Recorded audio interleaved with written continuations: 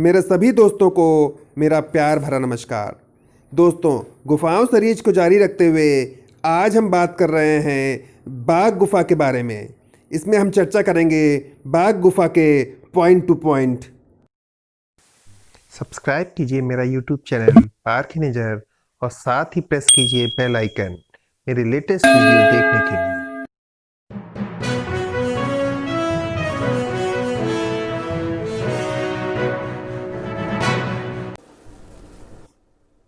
बाघ गुफाएं या बाघ केव्स के बारे में हम पॉइंट टू पॉइंट बात कर रहे हैं दोस्तों। सबसे पहला पॉइंट है कि बाघ गुफाएं मध्य प्रदेश के सबसे पहला पॉइंट है दोस्तों कि बाघ गुफाएं जो हैं वो मध्य प्रदेश के धार जिले में स्थित है। अब क्वेश्चन ये बन सकता है कि बाघ गुफाएं कहां पर स्थित हैं, या बाघ गुफाएं किस प्रदेश में स्थित हैं, या बाघ गुफाएं स्थित हैं। एक ही क्वेश्चन का आंसर है, लेकिन प्रश्न तीन प्रकार से हो गया। तो बाघ की जो गुफाएं हैं वो मध्य प्रदेश के धार जिले में स्थित हैं। अगला पॉइंट है, ये गुफाएं इंदौर जिले से 140 किलोमीटर बाघिन या बाघ या बागमती के किनारे स्थित है। दोस्तों, कहां पर? बाघिन बाघ या बागमती के किनारे स्थित है। अगला पॉइंट है, बाघ गुफाएं या बाघ गुफा विंध्य पर्वत या विंध्य पर्वत की दक्षिणी ढलान पर स्थित है। कहां पर स्थित है यह पूछा सकता है कि बाघ गुफा या बाघ गुफाएं किस पर्वत पर स्थित हैं। तो बाघ की जो गुफाएं हैं वो विंध्य पर्वत पर या विंध्य पर्वत की दक्षिणी ढलान पर स्थित है। अगला है, बाघ गुफा 22.4 अक्षांश उत्तर तथा 74.8 देशांतर पूर्व और समुद्र तल से 840 फीट ऊंचाई पर स्थित है। दोस्तों, जो बाघ की जो गुफाएं हैं वो समुद्र तल से 840 फुट की ऊंचाई पर हैं। साथ ही 22.4 अक्षांश उत्तर तथा 74.8 देशांतर पूर्व में स्थित है। अगला है,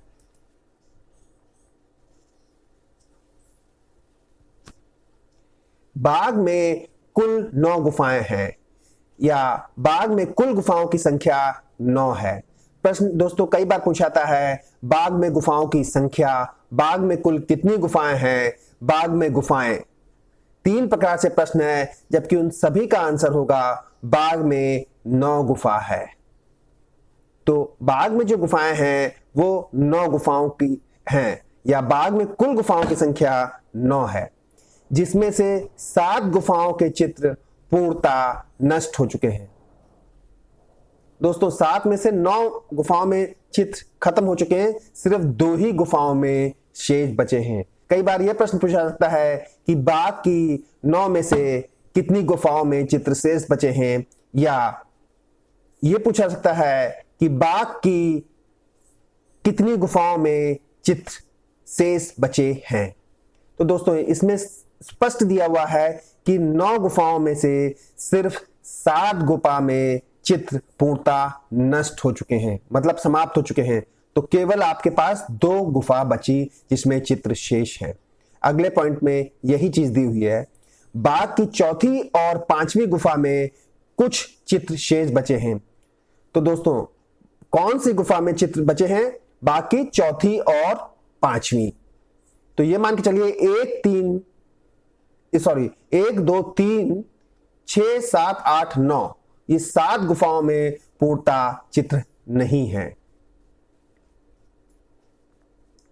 अब प्रश्न यहां पर यह भी पूछा सकता है कि बाघ की गुफा नंबर या बाघ की कौन कौन सी गुफा में चित्र शेष बचे हैं, या बाघ की गुफा नंबर इतने इतने में चित्र शेष बचे हैं। तो यह ध्यान रखना है आपको कि बाघ की चौथी और 5वीं गुफा में ही कुछ चित्र शेष बचे हैं।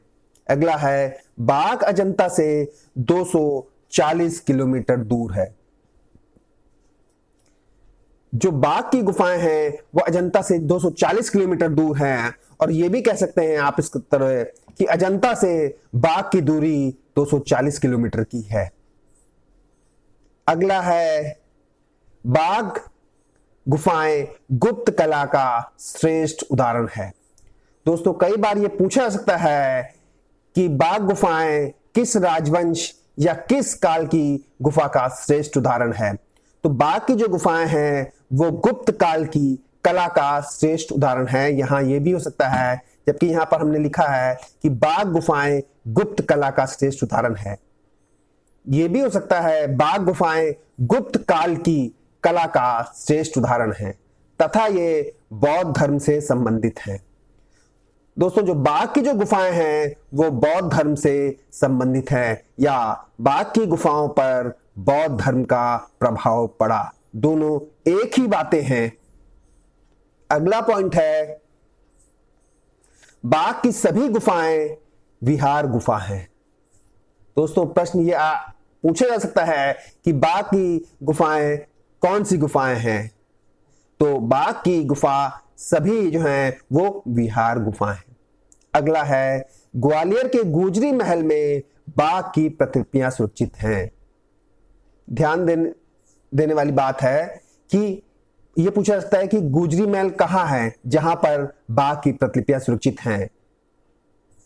तो यहां पर एक ग्वालियर के गुजरी महल में बाघ की प्रतिकृतियां सुरक्षित हैं। अगला पॉइंट है, माना जाता है कि बाघ की चौथी गुफा में सर्वाधिक चित्र पाए जाते हैं या पाए गए हैं। दोस्तों इस पॉइंट से यह प्रश्न बनता है बाघ गुफाओं के ऊपर कि बाघ की किस गुफा में या किस गुफा संख्या में सर्वाधिक चित्र पाए गए हैं। तो वहां गुफाओं की संख्या दी जाती है, पहली, दूसरी, चौथी, पांचवी, इसी तरह। तो आपको ऑप्शन सही है कि बाघ की चौथी गुफा में सर्वाधिक चित्र पाए गए हैं।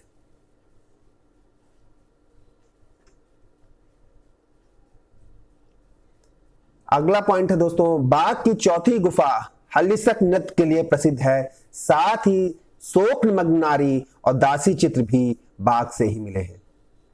यहां पर एक और ध्यान देने बात है कि चौथी गुफा में सर्वाधिक चित्र पाए गए हैं। साथ ही बाघ की चौथी गुफा हलिसक नृत्य के लिए भी प्रसिद्ध है। दोस्तों यह भी पूछा जा सकता है यूपी टीजीटी और पीजीटी कला की दृष्टि से कि बाघ की चौथी गुफा किस नृत्य के लिए प्रसिद्ध है। तो बाघ की जो चौथी गुफा है वो हलिसक नृत्य के लिए प्रसिद्ध है। साथ ही शोकमग्न नारी और दासी के चित्र भी बाघ से ही मिले हैं। अगला है, कलात्मक सौंदर्य की दृष्टि से अजंता की अपेक्षा बाघ की चित्रकला श्रेष्ठ है। दोस्तों अगर यहां सौंदर्य और कलात्मक की तुलना करेंगे तो उसमें अजंता और बाघ में बाघ की चित्रकला श्रेष्ठ मानी गई है। अब हम गुफाओं की बात कर रहे हैं। इसी में 1, 2, 3, 4, 5, 6, 7, 8, 9 गुफा हैं। उसी में से कुछ गुफा के नाम भी यहां पर रखे गए थे। जैसे पहली गुफा गुहा गुफा है, दूसरी गुफा पंच पांडव या पांडव की गुफा या गुसाई गुफा है। दोस्तों प्रश्न पूछे जाते हैं या कई बार पूछे भी गए हैं कि बाघ की पहली गुफा को क्या कहा जाता है या बाघ की दूसरी गुफा का नाम क्या है। तो बाघ की पहली गुफा गुहा गुफा है, दूसरी गुफा पंच पांडव या पांडवों की गुफा या गुसाई गुफा, तीसरी है हाथी खाना या हस्ती खाना, चौथी है रंग महल और पांचवी है पाठशाला। ये 5 गुफाएं चिन्हित की गई हैं। दोस्तों आप इस तरह याद कर सकती हैं, ग्रह गुफा, पंच पांडव, हाथी खाना, रंग महल और पाठशाला। आप इस तरह याद कर लिए, ग्रह गुफा, पंच पांडव, हाथी खाना, रंग महल, पाठशाला। तो ये सीरियल से है कि ग्रह गुफा है तो पहली पंच पांडव है, दूसरी हाथी खाना है तो तीसरी रंग महल है तो चौथी और पांचवी पाठशाला। तो इसमें चौथी गुफा के दोस्तों देखिए दिया हुआ है, जैसा कि पहला पॉइंट में दिया जा चुका है कि बाघ की चौथी गुफा में सर्वाधिक चित्र प्राप्त हुए हैं। तो यहां पर इन्होंने डिस्क्राइब करके दिया हुआ है कि चौथी गुफा रंग महल गुफा है। यह गुफा सबसे महत्वपूर्ण है। यह क्यों महत्वपूर्ण है यह भी दिया हुआ इन्होंने। चौथी गुफा रंग महल गुफा है। यह गुफा सबसे महत्वपूर्ण है क्योंकि इसके बाहर बोधिसत्वों के बड़े सुंदर चित्र हैं। दोस्तों जो कि हमने पिछले वीडियो में आपको दिखाया था कि चौथी गुफा के बाहर बोधिसत्व के चित्र। अगला है 5वीं गुफा पाठशाला है।